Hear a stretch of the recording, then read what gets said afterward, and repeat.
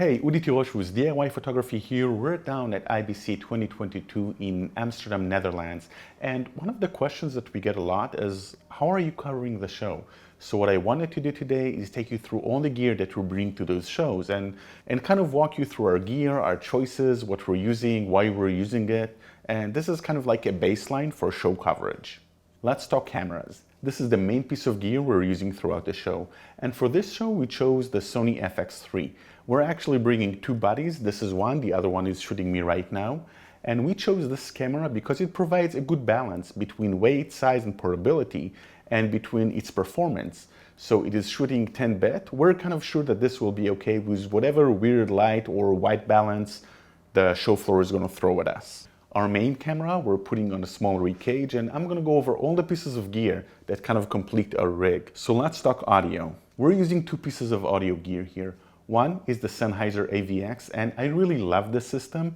It's nice because it has a very small footprint. The receiver connects directly into the XLR port on the Sony handle. And then there are two units that you can attach to it. You can either attach a lav, and it comes with a base unit, or you can attach a reporter mic, and we're going to be switching between those two types depending on the setup that we're in. The other piece of gear that we're using is G4, also from Sennheiser. And we wish we could have had two AVXs, but the second one didn't come in on time, so this is our setup. A nice thing about those systems is that they're not using the public domain 2.4 gigahertz. And that means that even if we're in a saturated area next to a lot of transmitting equipment, which we will be in IBC, we still get very decent audio. For monitoring, we're going to be using the Sennheiser HD25, and those are the headphones. They have yellow pads because we got them on the Sennheiser 75 anniversary, and they provide a perfect balance between audio quality and comfort. For lighting, we're going to be using the Litra Pro. It's a small light, it has a good throw, and they don't make them anymore. I wish they did. We have two units of those, and we're going to be using them throughout the show. For lenses, we're going to be using two 24-70 lenses. On the A cam, we're going to have the Sigma 2470 2.8, and this is what's shooting me right now. And then for the second camera, we're going to have the Zeiss 24-70 f4.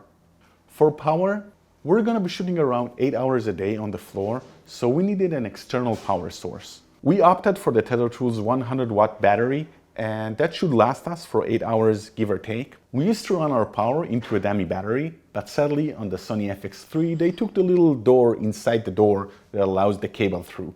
So we're running it via the USB-C port on the side of the camera, and we're protecting the cable with a Tether Tool tether guard, so nobody knocks it off. We're going to be running two cameras on the floor, and we're going to have our editor in the press room. So this is the workflow that we came up with. So each camera is going to have one 256 gigabyte card that's going to record backup during the entire day. And then each camera is going to have an additional 128 gigabyte card that we're going to swap between the camera and the editing room.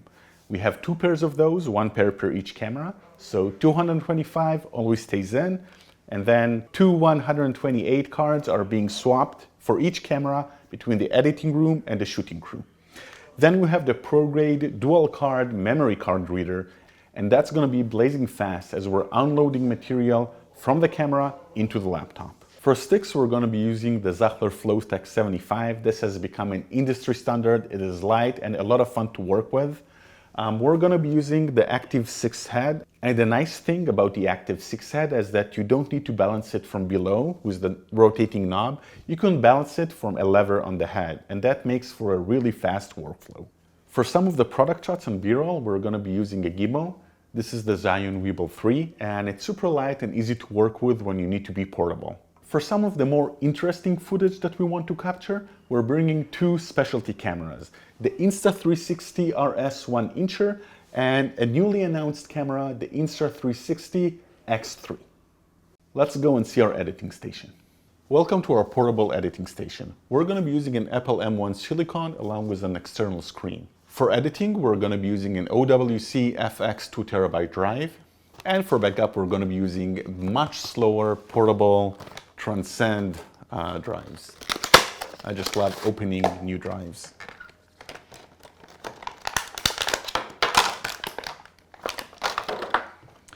And we have 2 of those. Each one goes on a separate bag and each one goes home with a different person. So, if anything happens to any of us, we still have all the footage safely back home.